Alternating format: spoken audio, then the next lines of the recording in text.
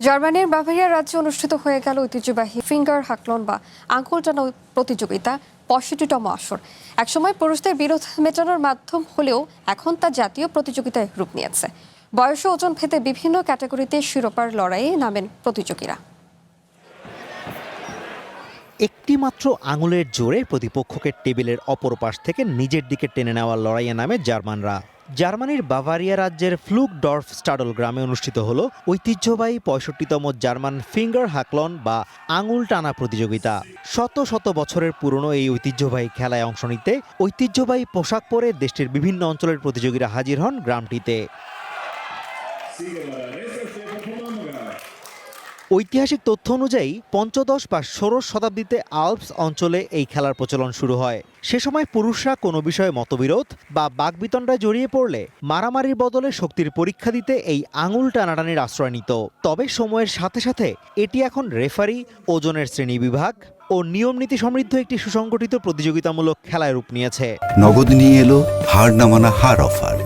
সর্বনিম্ন 10,000 টাকা রেমিটেন্স নগদে পাঠালে থাকছে স্বর্ণের হার জেতার সুযোগ।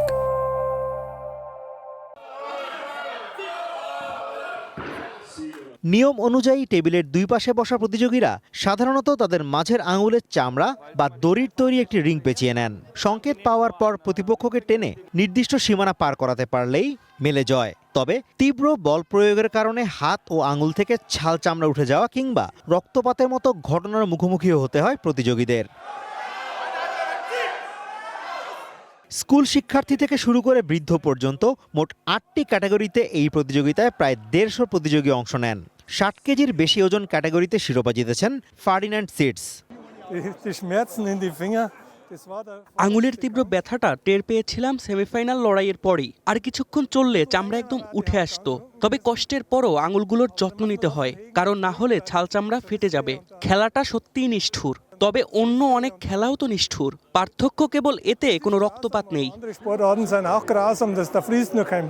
শতাব্দীর পর শতাব্দী ধরে নিজেদের এই প্রাচীন ঐতিহ্য ও রোমাঞ্চকে টিকিয়ে রাখতে বিপুল আগ্রহ নিয়ে লড়াই চালিয়ে যান প্রতিযোগীরা।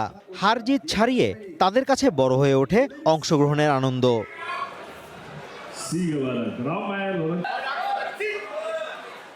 Azimur Rashid Konok, one international desk.